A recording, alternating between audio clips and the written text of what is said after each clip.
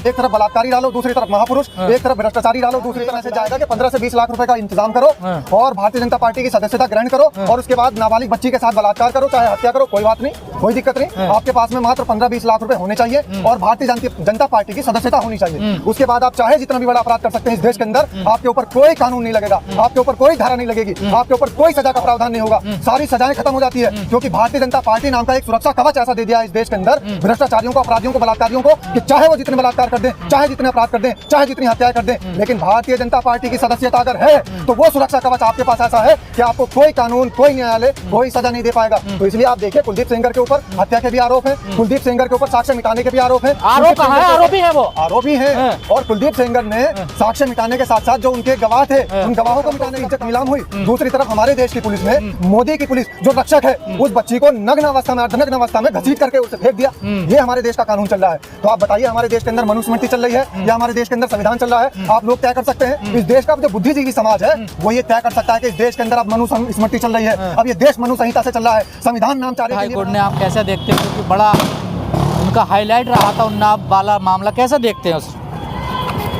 देखिए सबसे बड़ी बात तो ये है कि भारतीय जनता पार्टी ने जो वॉशिंग मशीन लगाई थी, उस वॉशिंग मशीन के अंदर से जो धुलाई होकर के सफेद पोष निकल करके आते हैं, तो वो सफेद पोष निकल करके सामने आ रहे हैं। एक तरफ बलात्कारी डालो, दूसरी तरफ महापुरुष, एक तरफ भ्रष्टाचारी डालो, दूसरी तरफ विधायक जी, एक तरफ जो है हमारे देश की महिला खिलाड़ियों के साथ छेड़छाड़ करने वाला व्यक्ति डालो, दूसरी तरफ मंत्री निकल करके आते हैं। जमानत का मामला, दिल्ली हाईकोर्ट ने जमानत दी है ना, देखिए। तो ये किसके कहने पर चल रहा है? ये ईडी, सीबीआई और जो हमारे जो न्यायालय है उसके भी कुछ जजेस ये किसके इशारे पर चल रहे हैं? आप देखिए कितने सारे ऐसे हत्यारोपी हैं, कितने सारे ऐसे बलात्कारी हैं, कितने सारे ऐसे अपराधी हैं जिनको बिल्कुल क्लीन चिट मिल चुकी है। सब लोगों को बिल्कुल एकदम साफ सुथरा व्यक्ति बना करके उनको मंत्रालय दे दिए गए हैं, उनको विधायक बना दिया गया है। ऐसे रेपिस्टों को, अपराधियों को अगर जमानत बेल मिलती रहेगी तो क्या मैसेज जाएगा समाज में? समाज में यही मैसेज जाएगा कि 15 से 20 लाख रुपए का इंतजाम करो और भारतीय जनता पार्टी की सदस्यता ग्रहण करो और उसके बाद नाबालिग बच्ची के साथ बलात्कार करो, चाहे हत्या करो, कोई बात नहीं, कोई दिक्कत नहीं। आपके पास में मात्र 15-20 लाख रुपए होने चाहिए और भारतीय जनता पार्टी की सदस्यता होनी चाहिए। उसके बाद आप चाहे जितना भी बड़ा अपराध कर सकते हैं इस देश के अंदर, आपके ऊपर कोई कानून नहीं लगेगा, आपके ऊपर कोई धारा नहीं लगेगी, आपके ऊपर कोई सजा का प्रावधान नहीं होगा, सारी सजाएं खत्म हो जाती है। क्योंकि भारतीय जनता पार्टी नाम का एक सुरक्षा कवच ऐसा दे दिया है इस देश के अंदर भ्रष्टाचारियों को, अपराधियों को, बलात्कारियों को, कि चाहे वो जितने बलात्कार कर दें, चाहे जितने अपराध कर दें, चाहे जितनी हत्याएं कर दें, लेकिन भारतीय जनता पार्टी की सदस्यता अगर है तो वो सुरक्षा कवच आपके पास ऐसा है कि आपको कोई कानून, कोई न्यायालय, कोई सजा नहीं दे पाएगा। तो इसलिए आप देखिए कुलदीप सेंगर के ऊपर हत्या के भी आरोप हैं, कुलदीप सेंगर के ऊपर साक्ष्य मिटाने के भी आरोप हैं। आरोपी है वो, आरोपी है। और कुलदीप सेंगर ने साक्ष्य मिटाने के साथ साथ जो उनके गवाह थे उन गवाहों को मिटाने का भी काम किया है। रेप पीड़िता जो बेचारी आई थी दिल्ली के अंदर, आप देखिए उसके साथ क्या हो रहा है। एक तरफ तो उसकी इज्जत नीलाम हुई, दूसरी तरफ हमारे देश की पुलिस ने, मोदी की पुलिस जो रक्षक है, उस बच्ची को नग्न अवस्था में, अर्धनग्न अवस्था में घसीट करके उसे फेंक दिया। ये हमारे देश का कानून चल रहा है। तो आप बताइए हमारे देश के अंदर मनुस्मृति चल रही है या हमारे देश के अंदर संविधान चल रहा है? आप लोग तय कर सकते हैं। इस देश का जो बुद्धिजीवी समाज है वो ये तय कर सकता है कि इस देश के अंदर अब मनुस्मृति चल रही है, अब ये देश मनु संहिता से चल रहा है, संविधान नामचारे के लिए बचा हुआ है, संविधान नाम मात्र के लिए चल रहा है। आप देखें मनुस्मृति के अंदर क्या था, महिलाओं को कितना नीचे दिखाया गया था। आज महिलाओं को नीचा दिखाते हुए तो उनकी बेइज्जती हो रही है। आज महिलाओं को तो घसीटा जा रहा है। पर ये कहा जा रहा है आधी से ज्यादा उन्होंने सजा काट ली है, इसलिए वो दया के पात्र हैं, अब उनको बेल दे दी जानी चाहिए। देखिए जो व्यक्ति इस बात को कह रहा है, उनकी बेटी के साथ अगर ये काम हो जाता, उनकी बहन के साथ अगर ये काम हो जाता, तो क्या ये वक्तव्य वो उस समय भी देते?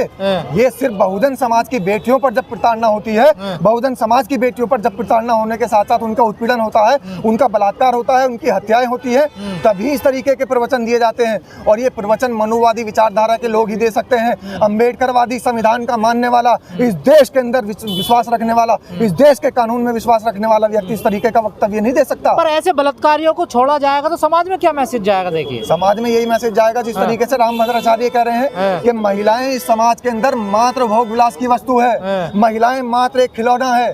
महिलाएं यानी वाइफ की डेफिनेशन वो बता रहे हैं, पत्नियों की डेफिनेशन बता रहे हैं, लड़कियों की डेफिनेशन बता रहे हैं। तो हमारे समाज को तो ये बाबा चला रहे हैं, हमारे समाज को तो ये अंधभक्त चला रहे हैं, हमारे समाज को तो ये आरएसएस के लोग, आरएसएस के पिट्ठू चला रहे हैं। हमारे देश के अंदर अम्बेडकरवादियों का तो गला घोटा जा रहा है, हमारे देश के अंदर संविधान का समर्थन करने वालों का गला घोटा जा रहा है। और ऐसे जजेस, मैं तो ये कहता हूं कि ऐसे जजेस को तुरंत हटा देना चाहिए जो इस तरीके का फैसला देते हैं। ऐसे जजेस की बिल्कुल भी सुनवाई नहीं होनी चाहिए, उनके फैसलों को ही, चाहे अवमानना का ही न्यायालय के अवमानना का केस क्यों ना हो जाए, लेकिन ऐसे जजेस के और ऐसे फैसलों को इस पूरी देश की जनता को बिल्कुल सिरे से पीड़िता कह रही है मेरी जान को खतरा है, मेरे घर वाले को, मेरे बच्चों सबको खतरा है कुलदीप सेंगर से। अब क्या खतरा नजर आएगा? उस समय खतरा नजर नहीं आया जब पीड़िता जा रही थी और अपने केस की पैरवी करने के लिए पहुंच रही थी। जब वो कोमा में चली गई, उसके ऊपर हमले हुए, तब उस पर खतरा नजर नहीं आया। इस देश के शासन प्रशासन को, इस देश की सरकार को तब उसकी व्यथा नहीं दिखाई दी, उसकी परेशानी नहीं दिखाई दी। तो अब कहां से परेशानी दिखाई दी जाएगी? जब उसके चाचा को मौत के घाट उतार दिया गया, जब उसके बाप को पीट पीट कर उसकी हत्या कर दी गई, तब इस देश की सरकार को नहीं दिखाई दिया कि उस पीड़िता के साथ क्या हो रहा है। अब कहां से दिखाई देगा? अब तो उनके विधायक को बचाने की मुहिम चल रही है, अब तो उसके विधायक को दूध का धुला साबित करने की मुहिम चल रही है। उस विधायक को दूध का धुला भले ही ये सरकार साबित करना चाह रही हो, लेकिन ये देश की जनता जानती है, इस देश के बुद्धिजीवी लोग जानते हैं, इस देश के कानून में विश्वास करने वाले लोग, रखने वाले लोग जानते हैं कि अपराधी तो अपराधी होता है, चाहे भारतीय जनता पार्टी की वॉशिंग मशीन में धुल करके आप निकाल दो, चाहे उसे दूध से नहला करके निकाल दो, अपराधी अपराधी ही है। लोगों की नजर में ब्रजभूषण शरण भी अपराधी है, लोगों की नजर में कुलदीप सेंगर भी अपराधी है, लोगों की नजर में प्रज्वल रेवन्ना भी अपराधी है, लोगों की नजर में हर वो बलात्कारी, चाहे वो चैत्यानंद हो, चाहे स्वामी भद्राचार्य हो, चाहे वो स्वामी अनिरुद्धाचार्य हो, चाहे ये जो आपका धीरेन्द्र शास्त्री है, ये लड़का, ये बाबा जो बना हुआ है, चाहे ये बाबा हो, चाहे कोई भी मनोवादी हो, समाज की नजर में वो उतना ही बड़ा अपराधी है जितना बड़ा कुलदीप सेंगर है।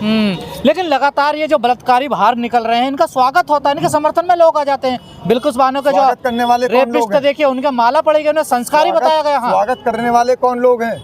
ये वही लोग हैं जो ये कहते हैं कि मात्र भोग विलास की वस्तु है महिलाएं, यही तो स्वागत कर रहे हैं। आपने देखा होगा बिल्किस बानो का जब कांड हुआ था, बिल्किस बानो के कांड में जब हत्यारोपियों को और अपराधियों को फूल माला पहना करके भारतीय जनता पार्टी के मंच पर उनका स्वागत करने का काम संस्कारी बताया गया, संस्कारी उनको बताया गया था।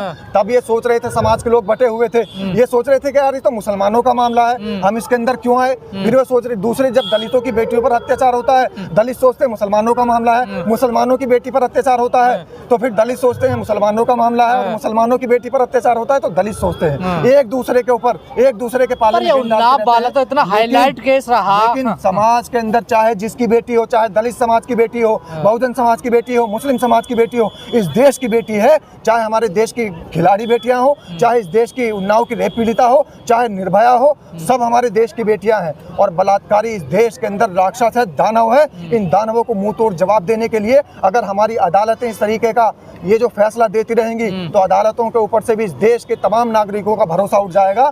और भरोसा उठने के साथ साथ फिर ये बात लोग कह देंगे कि इस देश के अंदर संविधान का राज नहीं चलता। आज भी इस देश के अंदर मनुस्मृति और मनुवाद का राज चलता है। पीड़िता के जो वकील हैं एडवोकेट महमूद प्राचा, वो कह रहे हैं कि संविधान की हत्या है ये जो बेल मिली है जमानत। संविधान तो खत्म हो चुका है, डेमोक्रेसी खत्म हो चुकी है, लोकतंत्र बचा कहाँ है? लोकतंत्र सिर्फ एक दिखावा बचा है। हमारे देश को, लोकतंत्र को खोखला करने के लिए इस सरकार ने एड़ी चोटी का जोर लगा रखा है। हमारे देश के संविधान को खत्म करने के लिए इस सरकार ने एड़ी चोटी का जोर लगा रखा है। आप देखिए, कोई ये नहीं कि संविधान को एक किताब है कि उसको उठा करके खत्म कर दिया जाएगा तो संविधान खत्म हुआ। लेकिन जब संविधान का मानव अधिकारों का हनन होगा तो समझ लीजिए इस देश के अंदर कुलदीप सेंगर तो इतने रसूखदार आदमी हैं, इनके खिलाफ तो चार्जशीट में नाम भी नहीं आ रहा था, एफआईआर सुप्रीम कोर्ट ने एक्सेप्ट किया था। कुलदीप सेंगर तो छोड़िए, भारतीय जनता पार्टी की अगर सदस्यता लेने वाला कोई एक आम सदस्य भी है, उसके ऊपर भी कोई कहीं भी कार्रवाई नहीं होती है। प्रज्वल रेवन्ना कौन से विधायक थे, प्रज्वल रेवन्ना कौन से मंत्री थे, लेकिन कितनी देर लगी जब 2500 अश्लील वीडियो सामने आ गई लोगों के और सोशल मीडिया पर वायरल होने लगी, समाज के सामने उसकी दरिंदगी उजागर हो गई, तब कार्रवाई करनी पड़ी, वरना बचाने का। आप बीजेपी के विधायक थोड़ा कुलदीप सेंगर, उन्हें तो सस्पेंड कर दिया गया था ना, देखिए तभी। अब बीजेपी को क्यों लपेटा जा रहा है इसमें? आप कैसे बीजेपी से अलग मान सकते हैं? भारतीय जनता पार्टी से अलग कहाँ है? जितने भी भारतीय जनता पार्टी के लोग हैं, विधायक हैं, सांसद हैं, मंत्री हैं, और वो बलात्कार के अंदर उनका इन्वॉल्वमेंट होता है, वो भ्रष्टाचार के अंदर इन्वॉल्व होते हैं, भले ही उनकी सदस्यता समाप्त कर दी जाती है, लेकिन सारे के सारे संबंध उनके भारतीय जनता पार्टी से रहते हैं। सिर्फ दिखावे के लिए हाथी के दांत हैं, खाने के कुछ और है, दिखाने के कुछ और है। तो पीड़िताएं क्या करें अब? पीड़िता क्या करेगी? पीड़िता दर दर भटकती रहेगी, पीड़िता को ऐसे ही घसीटते रहेंगे। और देखिए किस तरीके का काम, जब पीड़िता ने अपनी आवाज उठाने का काम किया, क्या इस देश के अंदर संविधान चल रहा है? अगर संविधान चल रहा है तो इस देश के अंदर अभिव्यक्ति की आजादी कहाँ चली गई? एक पीड़िता अपनी आवाज उठाने के लिए जब दिल्ली कूच कर रही थी और दिल्ली के अंदर समाज के सामने अपनी आवाज रखने के लिए आई थी, तो किसे अधिकार है? इस देश की रक्षक पुलिस उस बेटी को इतने बुरे व्यवहार के साथ, उसके जो कपड़े हैं वो भी उतर गए, वो अर्धनग्न अवस्था में आ गई और उसे घसीटते हुए, उसके टांग पकड़ के, उसके हाथ पकड़ के, उसको घसीटते हुए एक साइड में फेंक दिया। पुलिस की परमिशन नहीं है ना प्रोटेस्ट करने की परमिशन नहीं थी ना उनके पास। देखिए अच्छा, प्रोटेस्ट करने की परमिशन नहीं है तो क्या रेप करने की परमिशन होगी इस देश के अंदर? रेप करने की भी तो परमिशन नहीं है, और रेप करने के बाद हत्या करने की भी तो परमिशन नहीं है, हत्या करने के बाद साक्ष्य मिटाने की भी तो परमिशन नहीं है, साक्ष्य मिटाने के साथ साथ गवाहों की हत्या करने की भी तो परमिशन नहीं है, पीड़ित पिता की हत्या करने की भी तो परमिशन नहीं है।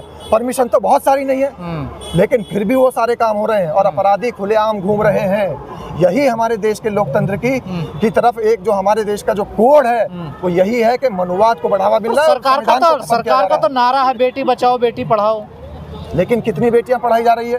कई लाख स्कूल बंद कर दिए गए, 5 लाख से ज्यादा स्कूल ऐसे हैं जो बंद कर दिए गए हैं। और प्राइमरी स्कूल छोड़िए आप ये देखिए कि अभी संसद के अंदर एक आवाज उठी थी, एक सांसद ने आवाज उठाई थी कि प्राइवेट स्कूलों की फीस इतनी ज्यादा बढ़ रही है, सरकार की नजर क्यों नहीं पड़ती? एक तरफ वो कहते हैं कि स्कूलों के अंदर बच्चे कम हैं, अगर बच्चे कम हैं तो प्राइवेट स्कूलों की संख्या क्यों बढ़ती चली जा रही है? सरकारी स्कूलों के अंदर तो बच्चे कम हैं, प्राइवेट स्कूलों के अंदर बच्चे कहाँ से आ रहे हैं? ये सारी जो है इनकी मनमानी एक तरीके से सरकार का प्रोपेगेंडा चल रहा है। प्राइवेट जितने भी स्कूल हैं, निजी जितने स्कूल हैं, उनको बढ़ावा दिया जा रहा है, निजीकरण ज़्यादा बढ़ रहा है और सरकारी जितनी योजनाएं हैं वो सब खत्म होती जा रही है।